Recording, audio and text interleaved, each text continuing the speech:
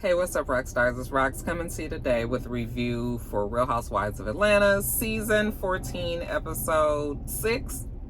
It'll be right on the screen, you guys. Anyway, let's get to it, shall we? All right, you guys. So the show opens where it started, actually where it ended last week. Drew was arriving at Sonja's little Jamaican soiree that she was having. And Drew says that she comes in peace.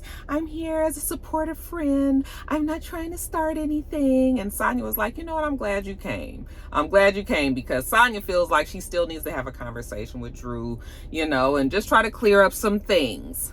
They haven't been able to do that thus far because everybody get to arguing. So she wants to get past the mess. So anyway, they all sit down at the table and we are partaking in the food that was made. So while they're all sitting there at the table, Sonja was like, you know, I know that you guys y'all call y'allselves celebrities and everything, and you probably been all over and everything, but what you ain't seen is an Olympic medal, and damn it, I got 4 of them. Okay, so I brought one of my medals here today for you guys to look. I said, look at Sonja trying to toot her own horn. I mean, I guess, okay, but she gonna use one of the medals as a symbol of who won the Dirty Wine contest when they first came in, okay? And we're gonna go on and give that to Marlo with those spectacular knees that she was out there doing her thing. So everybody's just like, oh, you know, Marlo won, and okay. You know, what about Drew calling her a pick-me? I say, ain't this the pot calling the kettle black? I feel like both of them is pick-me, choose-me's, but, you know, Drew was just like, oh, she wants to show her medal. She's trying to get in good with the girls and all. Yeah, she just, you know, she a fake friend. Drew don't do fake and phony. She don't like her, you know, all of that. So while they sitting there at the table, she was like, you know what, Drew, I'm glad that you came because I did want to talk to you, you know, so that we can kind of get some things clear. And Drew was like, yeah, talk to me like when you was over at my place, you know, getting your makeup done for free. Oh, why she say that? Sonja said, you will not make me sit up here and look like I'm Sheree and don't pay my damn bills, because damn it, I first of all already had my makeup on that day. All right, I was just getting it touched up because I was there and you was there and you was getting your makeup done, but don't make it seem like child. So we get into a big fight over it. And of course, while she's trying to talk to Drew, Drew is just like, you need to learn how to converse. You need to know how to express yourself. Calm down. And Sonja's like, you know what, Drew, don't make those faces at me, because that shit gets on my nerves. And I knew exactly the faces that she was talking about. Drew was just like, what? I can't help how my eyebrows move, you know. The mama was like, you need to stop making all those faces at her because you know that you aggravating her. Kenya looked over at Kandi. They was getting a kick out of all of this. Kenya was just like, the mama want to kick her ass now too. Okay, so both Sonja and her mama is irritated with Drew, and Drew was just sort of like, what did I do? What is going on? But Drew's whole thing was like, you could have talked to me without the group. You wanted to make sure that we all got here and you had your moment to make it seem like I'm just this terrible person. So they're arguing, and Drew was like, you know what you are? You're a clout chaser. And she was just like, what? Bitch, I am a 4-time Olympic winner. I am the clout. I don't need these girls for no fucking clout. Everybody was like, I said, she gonna be the new Wendy and her degrees, and here go her with her 4 medals. Kandi was just like, well, I guess sometimes you gotta boss up on a bitch, huh? Sonja was like, bitch, don't do me. Don't do me. So then Drew was like, well, Kenya, while we're having this conversation, did you tell Kandi how you felt about, you know, her toy? And Kenya was like, oh, okay, since she wants to throw me in this mix too. Okay. She just had a problem with the fact that these vibrating panties, we out here trying to look at a damn play, and you talking about having vibrating panties at this at the play, and I didn't think that was cool. And Kandi was just like, what? When all of a sudden you got a problem? This come from the girl that was in Twa, but now she wanna, girl, get out of here. Honey, Mama Joyce was just like, well, listen, if you don't want to wear the vibrating panties, then you don't have to wear the vibrating panties, and don't nobody control my vagina but me. I said, I know that's right, Mama. Mama Joyce. Kandi going on and on about her being in Twa, and I was like, Kandi, that was an acting job. You know that's not real, Kandi, right? Okay, so maybe if she could be a fucking sex fiend in a movie, that don't mean that she want to have vibrating panties and other men controlling them, and this is they husbands and all that shit. Like, no. But Kandi was just like, Gary, you didn't got on my nerves today. Marlo was just like, honey, she done slept around all of Hollywood, you know, and now all of a sudden she just so prim and proper. Okay, well, there is a thing called growth. And didn't Drea said that you can delete your wholeness? Not saying that she was a hoe or anything, but then let Marlo tell it. All you gotta do is Google. Okay, back in the day when she was popping, she was going through all the rappers. So yeah, we get through the night, y'all. And the night was contentious at best. I don't know if anybody made friends over this whole conversation, but we made it through. Later on, we see Sonja talking to her sister and her mom and her dad, and she's just telling them how Drew called her a clout chaser. Bitch, I am the clout. You know, her dad was like, boom, boom, boom.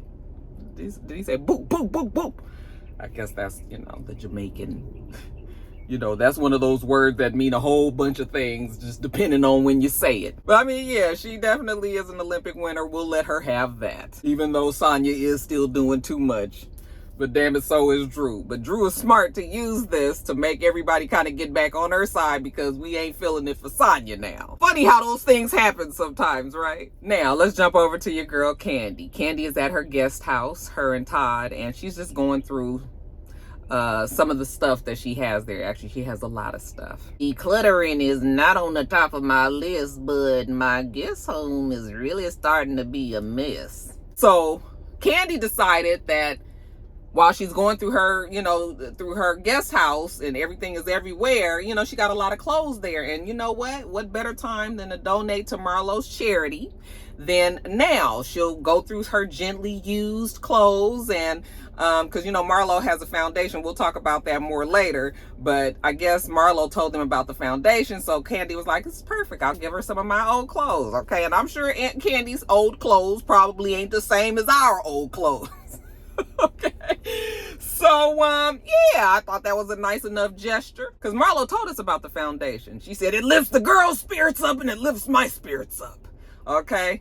So Kandi just wants to do her part. Of course, while she's sitting there talking to Todd, though, we got to talk about, you know, her jobs. I said, come on, Kandi, with the self-promotion, honey. Can't nobody do it better than Kandi. Kandi is always going to toot her own horn. Kandi is going to let you know on every episode what she is doing. That shit could be Kandi Cares. It could be a bedroom Kandi. It could be her production with the New York plays. It could be her restaurants out there. Kandi is very, very, very smart. So Todd was just like, oh, so you about to go to LA, you know, and be in this movie or whatever. She plays a lesbian lawyer. Okay, I said right up Kandi's alley. Kandi love her a good lesbian role, don't she? He was like, so how does this work? You know, I mean, we got to take this stuff to Marlo, or is she going to pick it up or whatever? And Kandi's just like, well, you know what? I don't know. Let me call her. So she called her on FaceTime. And Marlo answers the phone. Hey, Kandi. What do they call her? Candy Apple or Kandi, whatever she calls her. And Kandi was just like, well, you know, I was just getting these clothes together, you know, for your foundation and trying to see how does it work. Marlo was just like, well, you know, Kandi, in my foundation, I don't like to give the girls used clothes because it never made me feel good. So she's not taking donations of used clothes. And honestly, you guys, I honestly don't know why this turned out to be such a big deal. Okay, Kandi was just like, okay, all right. Now that she knows that you're not trying to take these clothes, then that's fine. I understand very much what Marlo is saying, even though I think that Marlo would probably get more support if she took gently used clothes. And I'm sure those girls would actually like to have gently used clothes because something is better than nothing. But I mean, I get why Marlo doesn't want to do it that way. Just ask for donations, financial donations. I can go and buy the clothes that they want. They not fixing to get no damn Givenchy and Gucci and Louis Vuitton and Prada and all of this, but they gonna get some nice clothes. Okay, so I think that Kandi was fine with it. But what I am irritated with Marlo is like, why does Marlo expect Kandi to know this and automatically is offended that Kandi was trying to do that? I think that most people would think that this was okay. Marlo was just like feeling like Kandi should have already known this and she was offended by this and all that. And I was just like, first of all, Marlo, you just said last week that you and Kandi just started getting close and y'all been knowing each other over 10 years. Okay? So Kandi wouldn't know that. And I was just like, Marlo is going to make everything with Kandi an issue this season, which is really going to get on my nerves. It's really going to get on my nerves because it's like a calculated effort to come after Kandi. But the whole thing is, it's not, she doesn't have any receipts to back up any of the things that she says. And everybody knows it. Everybody knows it. Even if you don't like Kandi, you got to realize that the shit that Marlo is saying is cap, like the kids say. Okay, so it's just sort of like, oh God, this is going to be all season. Marlo is going to make something about Kandi. Yes, I think it's going to at least be the first half of the season. So when she got off the phone, Todd was just like, I told you Marlo wasn't going to take these clothes. And Kandi was just like, well, these clothes is good, honey. Some of this stuff I might have only wore one time. Like I said, nobody is wrong in this thing, but Marlo was going to make it a point to make it seem like Kandi was the wrong one. Now, speaking of Marlo, we see Marlo at the Atlanta Women's Expo. They have it down here at Phipps Arena, well, at the State Farm Arena every year. And she's there with her Marlo, what is it called? Glam It Up Girls, I think it's called. Glam It Up is the name of her foundation. She said she founded in 2011. You know, her and her friend, they used to just call around to the different foster homes or whatever and just say they wanted to do something for the girls and everything. And it had took on, it grew bigger, and it became something. Like I guess she decided to make it an official you know, a foundation, nonprofit organization or whatever, and she says she's going to do it for the rest of her life. So good for Marlo. We know that Marlo came through the foster system, and so she has a special love for it. Fine. Marlo gets up there and she basically tells them, you know, her experience with foster care. Her mom had drug issues, you know, so she went through the system and all. That's the reason why okay, so all that is good, right? After the thing is over, she FaceTimes Drew. Hey, dropping with Drew. Drew want to know the 411 on what she missed before she got to Sonja's party. Marlo's just like, oh girl, you missed a lot. You know, I was shocked that Kenya was there because she didn't come the day before, but she came to that. Well, if there is a such thing as feeling better, Marlo. Like, Marlo is just like, why? Anyway. Marlo was upset that Sonja was taken up for her, and Drew was just like, that Sonja's picking the wrong team. I said, Drew, you need to just shut up, okay? And be glad that everybody ain't mad at your ass this season. Drew said she just learned over the time that Sonja is not trustworthy. She's not the person that she thought she was. Well, Marlo still has an issue with Sonja for not being invited to Mommy Nation. Like, how is it that she invites Kandi?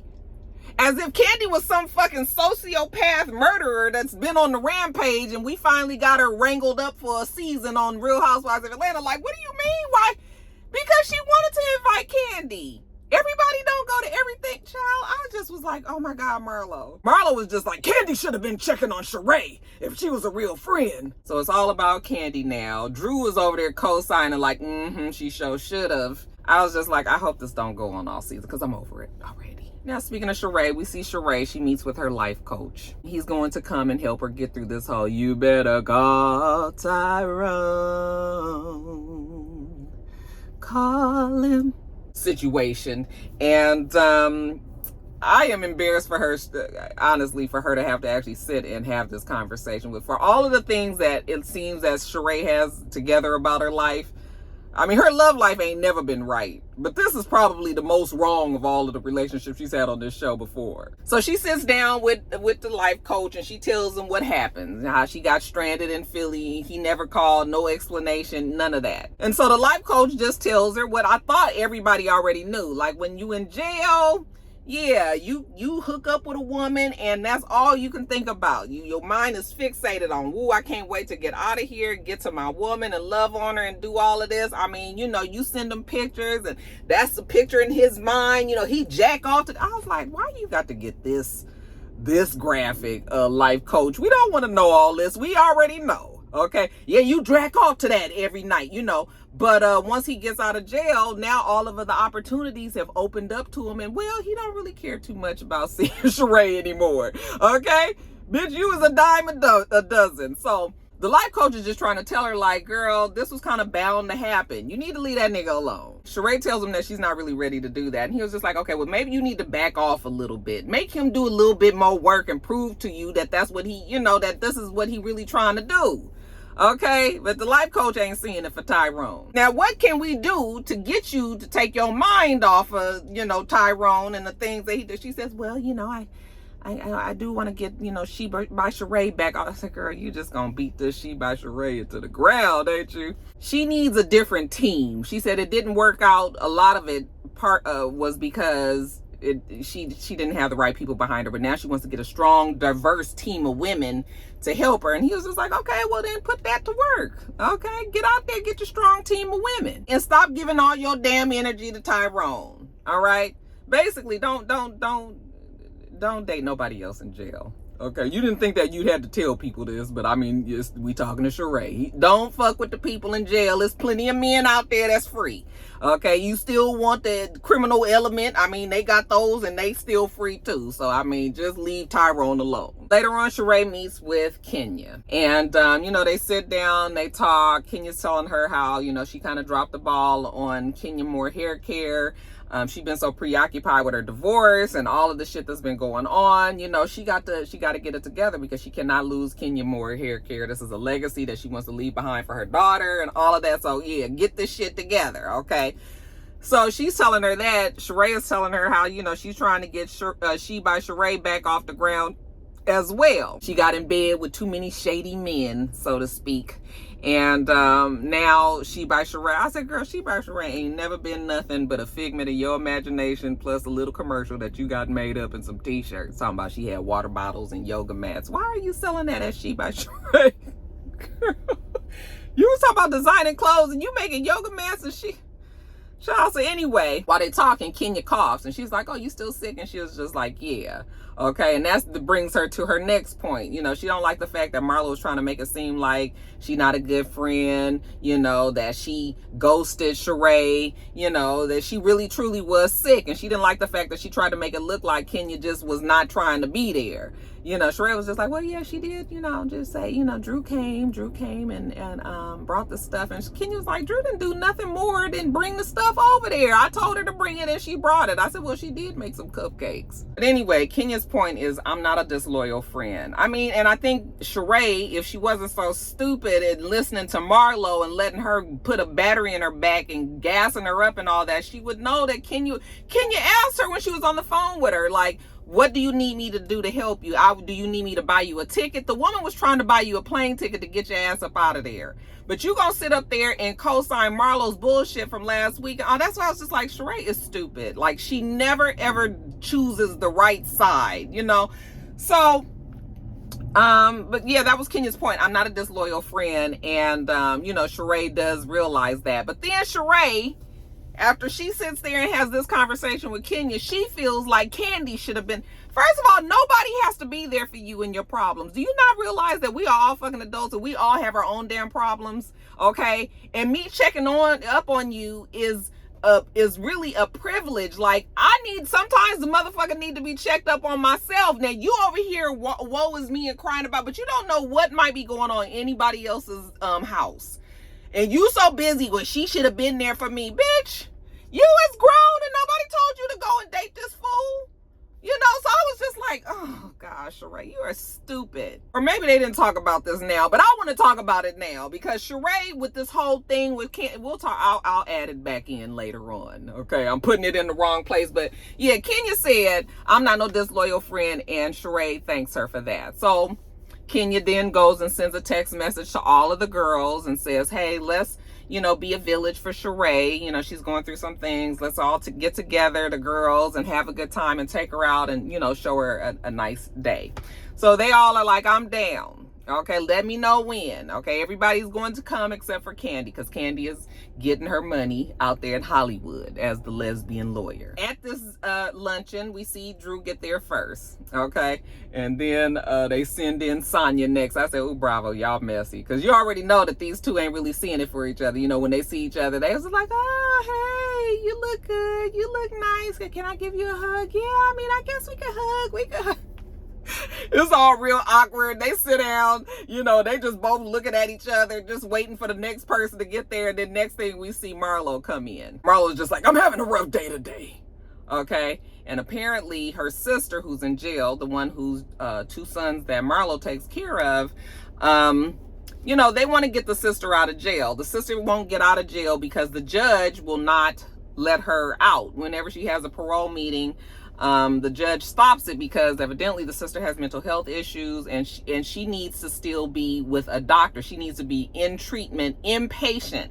And the sister doesn't want to do inpatient. She doesn't want to go to a facility. She wants to be outpatient. And we already know that, you know, once she gets out, she gonna be out. Okay, and they ain't gonna have her patient in, out, nowhere. So the judge is like, no. So now Marlo and them are trying to convince the sister to go on and do this inpatient thing so that you can get your ass out of jail and you can be with your boys and all of this. But the mental health issue is the problem. So the sister is just like, no. And so Marlo has a phone call scheduled with the boys, you know, and a FaceTime with the sister, and hoping that, you know, if she sees her boys, and maybe that will make her, you know, give her some incentive to go on and do the inpatient thing so she can get out of jail sooner. So anyway, Kenya comes in next. You know, Marlo, hey Kenya, oh my God, you look good. Do you feel better? And Kenya was just like, no, everybody stay back. And she was just like, well, you look good. Sheree gets there with that beautiful hair. Child, I'm almost ready to forgive all of Sheree's sins for this hair. It's just so pretty. Oh my goodness. Anyway, she comes in there and, you know, she tries to hug Kenya. Kenya's like, no, get back. I don't feel good. Okay. So once all the girls are there, remember Kandi's not going to be there, they all move to the table. Marlo starts up on Kandi and the fact that Kandi was trying to give her hand-me-downs. First of all, it's not your average hand-me-down. Secondly, what is the problem? It was a misunderstanding, you know? And so Kenya, while she's sitting there listening, she was just like, Marlo, that is wrong. Okay? Kenya's whole thing is you shouldn't attach worth to clothes and things like that. I mean, the whole thing is nobody, like I keep saying, nobody is wrong. If Marlo being in the foster system, because Marlo was just like, Kenya, I used to be teased all the time. I used to wear hand-me-downs and I didn't like that, you know. And Kenya was like, who hasn't been teased?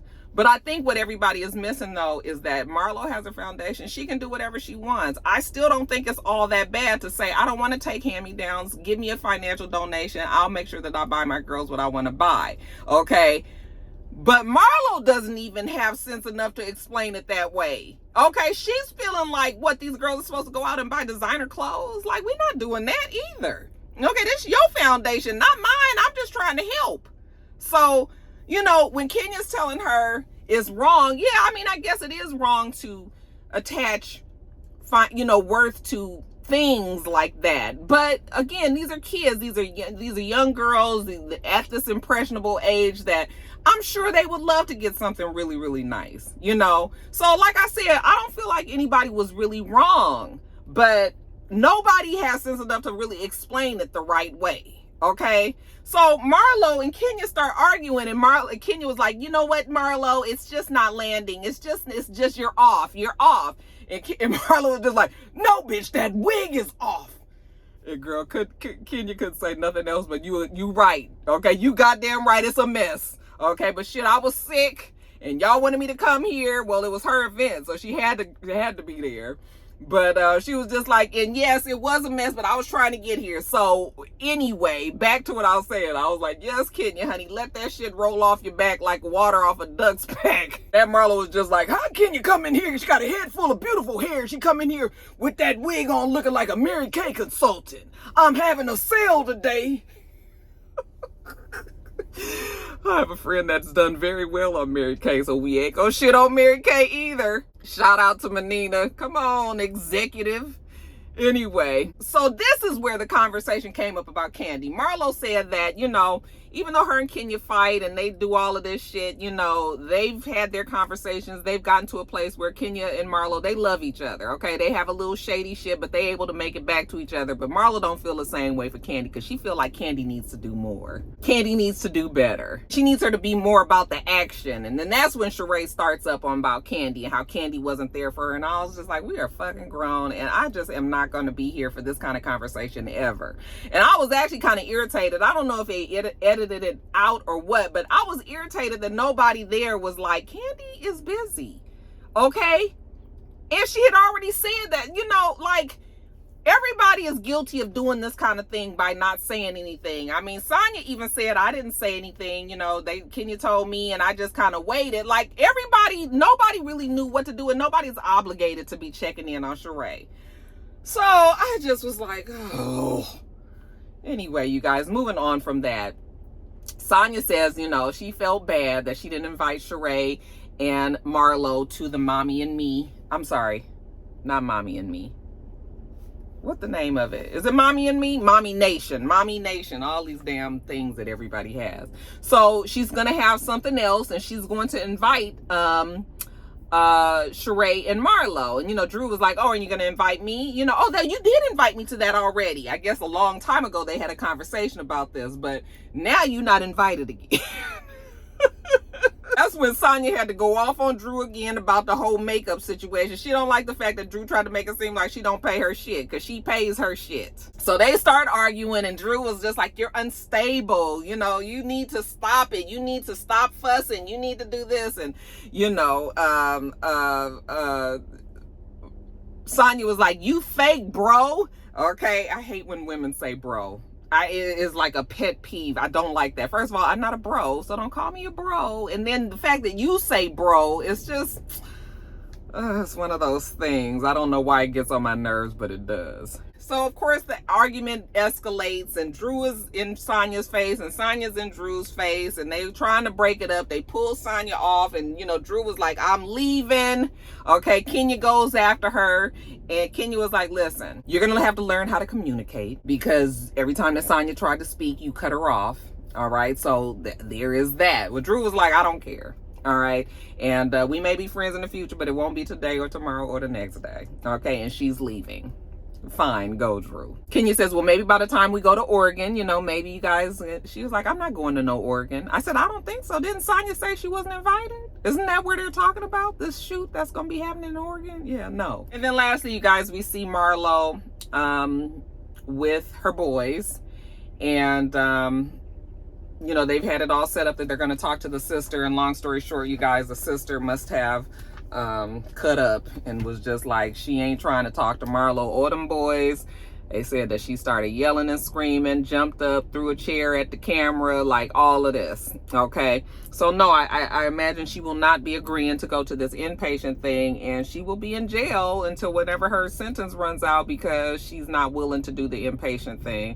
And of course Marlo is upset about it, and I did feel bad about this, you know, with Marlo and her boys, especially the fact that the boys have to see their mom in that light, you know.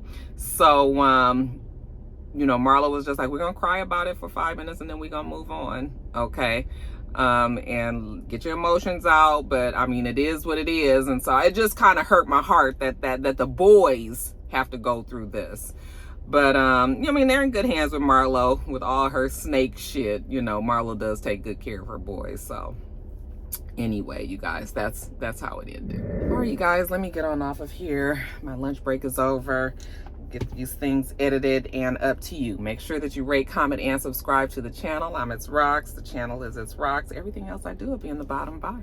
All right. So I hope that you have a wonderful, wonderful rest of your day, and I plan on doing the same. Till next time, rock stars. Bye.